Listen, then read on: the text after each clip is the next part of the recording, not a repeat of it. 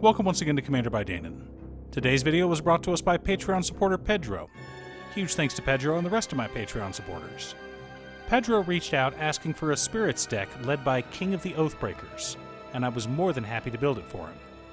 Also, and I know it's annoying to keep hearing this, but statistically if I don't ask you to like and subscribe, the video gets fewer subscribers.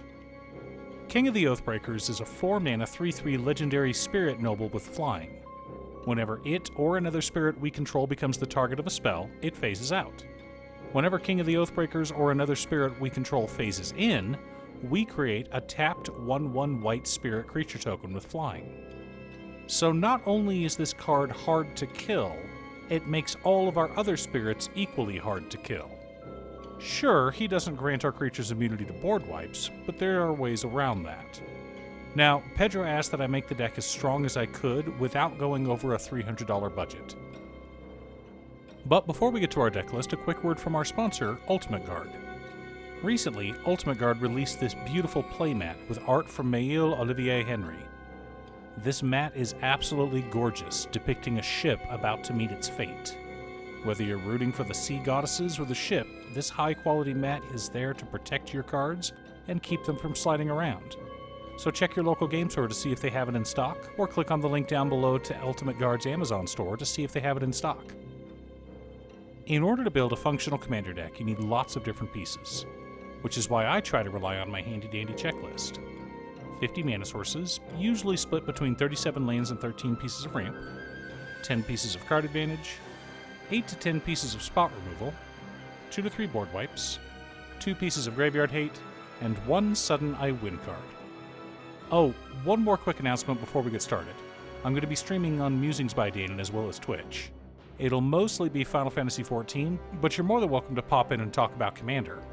Honestly, about half my streams are spent talking about manga, anime, or Commander.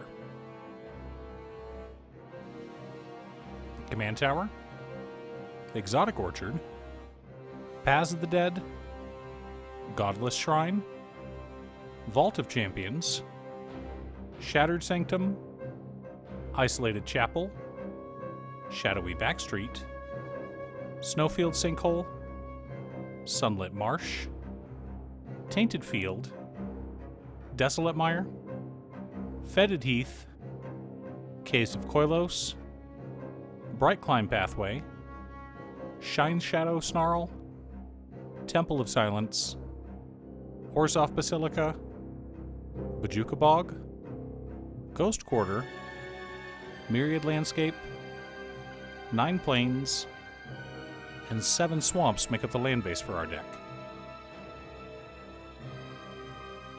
Cryptcast, Herald's Horn, Sword of the Animist, Soul Ring, Arcane Signet, Talisman of Hierarchy, Orzhov Signet, Mind Stone, Felwar Stone, Thought Vessel, Decanter of Endless Water, Thrawn Dynamo, and Chromatic Lantern help us to ramp out and stay ahead of the curve.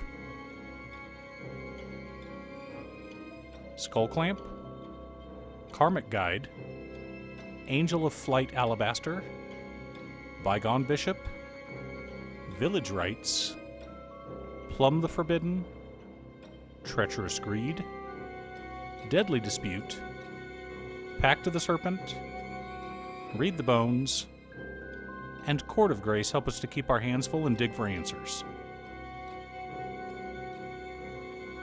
Windborn Muse, Guardian of Faith, Scapegoat, Selfless Spirit, Swords to Plowshares, Path to Exile, Skyclave Apparition, Remorseful Cleric, Grey Host Reinforcements, Eidolon of Rhetoric, Release to Memory, Generous Gift, Fracture, and Reprieve help us to keep our opponents in line.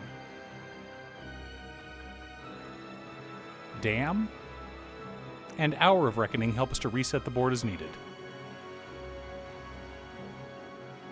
Shadow Summoning, Thalizay Reverent Medium, Drogskull Reinforcements, Clarion Spirit, Drum Bellower, Haunted Library, Twilight Drover, Drogskull Cavalry, Lingering Souls, Devouring Greed, Halo Fountain, Cathar's Crusade, and Moonshaker Cavalry help make up the core of our deck and allow us to close out the game.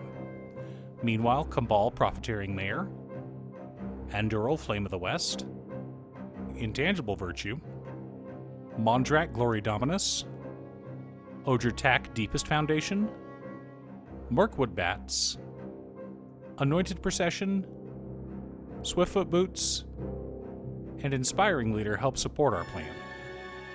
Now that we have our deck list, let's compare it to our checklist. 50 mana sources split between 37 lands and 13 pieces of ramp. Right on target. 11 pieces of card advantage. 14 pieces of interaction. 2 board wipes. 3 pieces of graveyard hate in Bojuka Bog. 1 Sudden I Win card in Cathar's Crusade. While we're not a flicker deck, our commander will be making tons and tons of spirit tokens. And each spirit token will put a +1/+1 counter on each other creature we control whenever they enter the battlefield. Cathar's Crusade is a game ender in a lot of decks, so be prepared to defend it when it hits the battlefield. Other than that, this deck is a fun, go-wide deck with lots of shenanigans. We'll be making a ton of tokens, we can sacrifice a few of them to draw cards, but we're not an Aristocrats deck. We're a Spirit deck, and we want our opponents to feel a chill when the Army of the Dead returns to fulfill its oath at the Battle of Pelennor Fields. Do you have a King of the Oathbreakers deck? What about a Spirit deck? Leave a comment below. Thanks for tuning in. Once again, a huge shout out to my editor Cutestuff. I couldn't make these videos without her. If you'd like to hire her to edit your own videos, she can be reached at cutestuff.edits@gmail.com. Link is down below. If you're looking for ways to support the channel directly, you can head on over to patreon.com/Danon. You can have a video made or just ask for help building or tuning a deck list. I also wanted to give a quick shout out to all of my patrons: Waffles, Jiraiya, Danny, Muffins, Marcus, Squishy, Brett, Roxy, Sean, Mark, Borgie, Naswin, Pedro, Midge, Alex, Alex, Julio, Valeri, Kanga, RJ, Aaron, Chris, Robert, Joel, Brock, Michael, Skinwalker, Sidewinder, Austin, and William. You guys are awesome. I post new Commander Deck videos every weekday, so be sure to subscribe and ring the bell to be notified of new videos. Again, thanks for watching, and I'll see you all again next time on Commander by Danon.